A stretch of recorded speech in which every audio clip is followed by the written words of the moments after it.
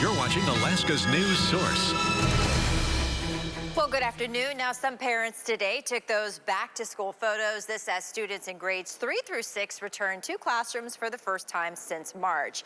Now, younger kids in ASD pre-K through 2nd, they went back to class on January 20th, and some grades 3 through 6 went back last week in select schools. But today is the main return for those grade levels. It's all part of a phased reopening plan put together to slowly return all ASD students back to the classroom.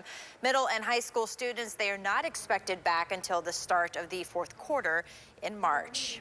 And whether you dropped your kids off or they headed to the bus stop today, hopefully they were all bundled up because we are starting the week off once again with these cold temperatures. Chief Meteorologist Melissa Fry joining us now from the Weather Center with today's forecast. Yeah, Ariane, this morning, the coldest morning that we have experienced since more than a year ago. You have to go back to early January of 2020 before this whole pandemic began to find temperatures as cold as what we have experienced so far this morning. And a lot of these cold temperatures hit right at about 9 o'clock is when we saw our lows this morning. 5 below here in Anchorage, 16 below in Kenai, 11 below in both Wasilla and Palmer, even a bit cooler in Talkeetna.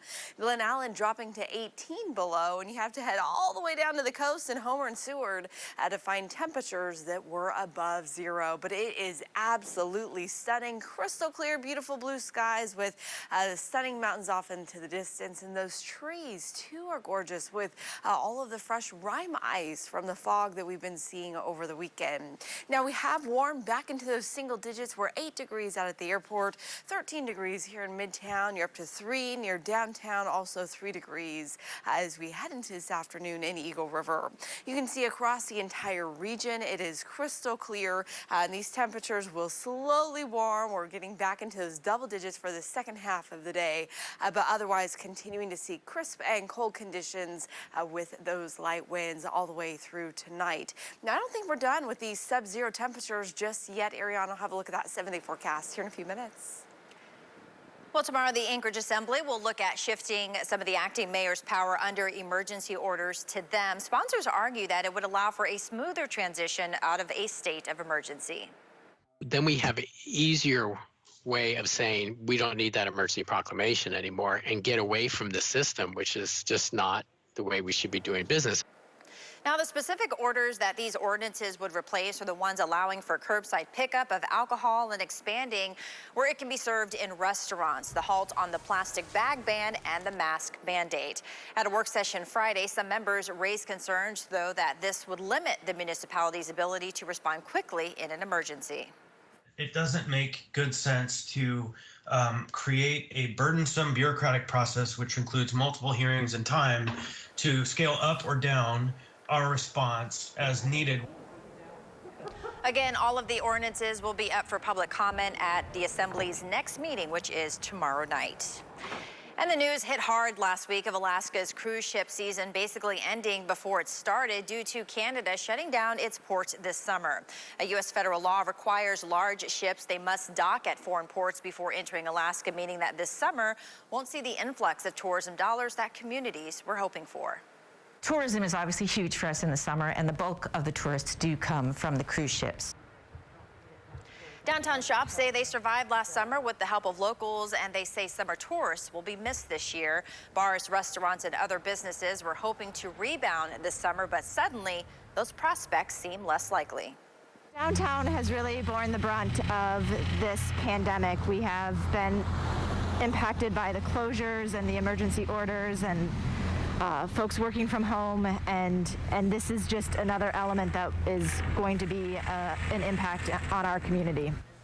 Many businesses downtown, they're hoping more independent travelers will come to Alaska to make up for the lost cruise ship business. And tourism-focused nonprofit Travel Juneau sent a letter to the Biden administration with several requests to help the city's tourism industry.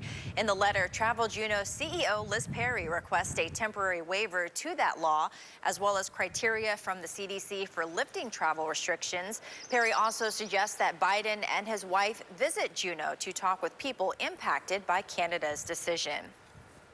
Now, in the letter, Perry wrote in part, quote, combined with the ongoing Canadian highway border closures, Alaska is effectively cut off from almost all visitor traffic, putting us at a severe disadvantage against drive-to destinations in the lower 48.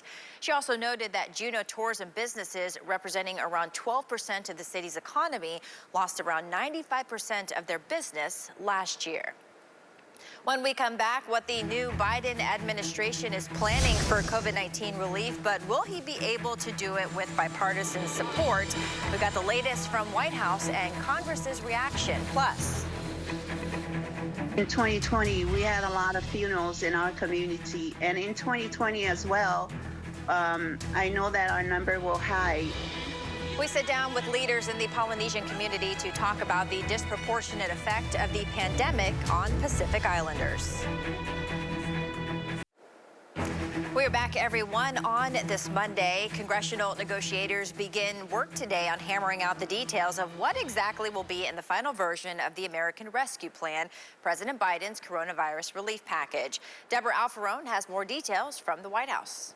Well, throughout the course of the pandemic, the state has learned that our Hawaiian Native and Pacific Islander communities have the highest mortality rate of any other demographic in the state. From January to mid-October of last year, Pacific Islanders accounted for 10% of the total deaths related to COVID-19, while only accounting for around 2% of the entire population. Leaders in the community attribute it to the culture. Members of the Polynesian Association of Alaska say their people are hard-pressed not to show up to family gatherings, live in multi-generational homes more often, and many older Polynesians have underlying health conditions. Tonight, the association is having a panel to inform Pacific Islanders about the vaccine. If you need the vaccine, please call and make an appointment for the vaccine so you can be able to get this help. It's on the person's decision. It's your life. If you want to, you are welcome to call us and let us know that you need an appointment, and we can call and set up an appointment for you. And the email address to reach out to the Polynesian Association of Alaska is poaalaska@gmail.com. Of course, you can find more under this story right on our website. Well, coming up, where you shop and how you shop. It could mean saving a lot of money, how to cut that grocery bill, and still manage to feed your family. The little changes that you can make that will add up. And this morning was the coldest morning we had seen so far this entire season. I'll let you know how much colder it'll get tonight. But first, your daylight amounts for today, February 8th. We're up another 5 minutes and 31 seconds with 8 hours and 28 minutes of daylight. We'll see you right after the break. Stay with us. You're watching Alaska's news source. We are back here on a Monday. It is still very chilly outside, but the good news is we have some sun and it is bright. Let's go now to meteorologist Melissa Fry once again. So are these cold temps going to just kind of hang around? They're hanging around. They're not going anywhere anytime soon. Not quite as cold, though, for most of us as it was this morning. Those temperatures were extreme. Again, the coldest we had experienced since early January of 2020, and we know that was a long time ago.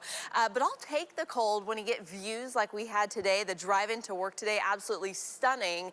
Again, we have the beautiful sunrise early this morning. We had some patchy fog out there that gave us that nice rime ice on all the trees, which are now pretty and frosted, but that has mostly cleared, and now we just have great views of the mountains, a 360-degree view of the mountains as we head into the afternoon. So as long as you're bundled up and you can look out your window or maybe go for a nice drive or go for a nice run or hike today, it will be nice conditions to do so.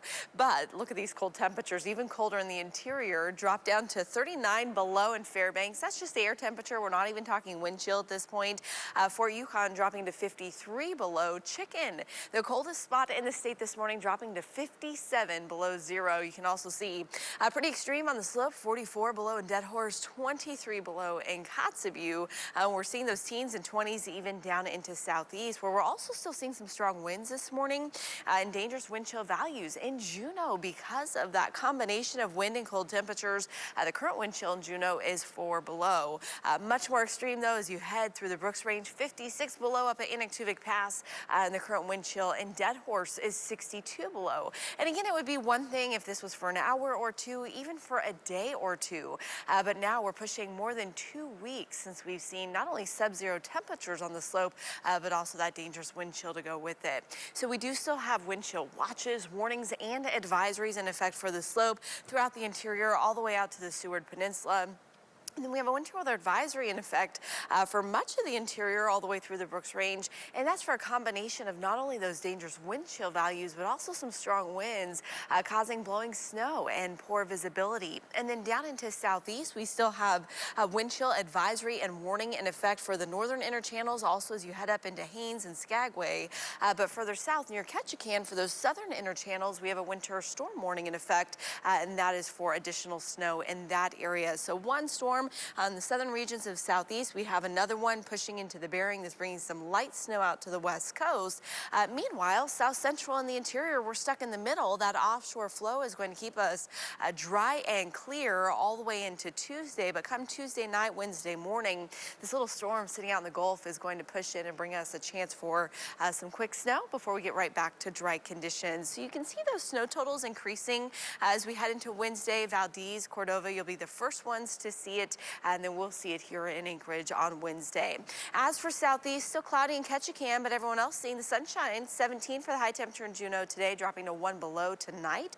So even colder for you overnight. Still seeing clear and cold conditions across the Kenai Peninsula and Prince William Sound. Up into the Copper River Basin, 37 below. The valley seeing temperatures 22 below tonight in Willow, 4 below in Anchorage. So very similar conditions today, what we saw yesterday. And I'll look at that 7-day here in a few minutes, Ariane. All right, thank you, Melissa. Well, chances are that groceries are taking up a big bite out of your monthly budget. Experts say that unless we really look, we're likely spending more than we think that we are on food. Well, in today's Consumer Watch, 5 tips to reduce your spending while still eating the things that you love. Well, there's a new high-tech ally fighting the coronavirus at Key West International Airport in Florida. So its name is R2-Key2. It's an obvious play, of course, on the famous Star Wars robot, but it works by beaming out high-intensity ultraviolet UVC wavelength light. The light is meant to remove 99.9% of harmful airborne and surface pathogens, and that includes the coronavirus. The nearly 6-foot-tall robot, it moves around the terminal and other interior spaces at night after the airport closes to the public. Well, coming up, which one was your favorite? Even the so-called bad ads during yesterday's big game or conversation starters. We're going to take a look at some of the themes of the big Super Bowl commercials. Well, Super Bowl Sunday was not just memorable for Tampa Bay's domination on the field, but for the commercials. And many Americans have already weighed in on their favorites. Naomi Ruckham reports from New York. With Rocket Mortgage, you can be certain, not pretty sure. Comedian Tracy Morgan may well be the Super Bowl's MVP when it comes to commercials. I'm pretty sure we can park in Joey Bosa's spot. His 2 60-second ads for Rocket Mortgage took the #1 and 2 spots in the USA Today ad meter. And that may be in large part due to Morgan's celebrity and presence on Twitter, where he urged his nearly 3 million followers to vote. I think everything's fair game in this game. It's all about driving eyeballs to your ads. Amazon's ad for Alexa, starring Michael B. Jordan, took 3rd place. Alexa, how many tablespoons are in a cup? There are 16 tablespoons in a cup. I promise I will not eat any more of your friends. Really? Making audiences laugh was the goal of most of the commercials, but Toyota touched audiences with an ad about Paralympic swimmer Jessica Long. Her legs will need to be amputated. There was also Jeep's 2-minute spot about national unity, starring Bruce Springsteen. We need the middle. And a commercial for Oatly oat milk featuring the company's CEO singing in a field. Wow, go cow. Was rated as the worst on USA Today's ad meter, but that's not necessarily a bad thing. You saw everybody talking about it, and they were talking about how horrible it was, but they were still talking about it. And for a company that's never before had a Super Bowl commercial, all the attention can't hurt. Naomi Ruckham, CBS News, New York. Well, a former first couple will be busy producing this year. Former President Barack Obama and First Lady Michelle Obama revealed a new slate of projects for Netflix. The Obama's production company, Higher Ground Productions, is working on 8 projects. That includes a sci-fi feature, a young adult TV series, an animated preschool series, and a natural history docuseries. Netflix says that the projects will be released over the next several years.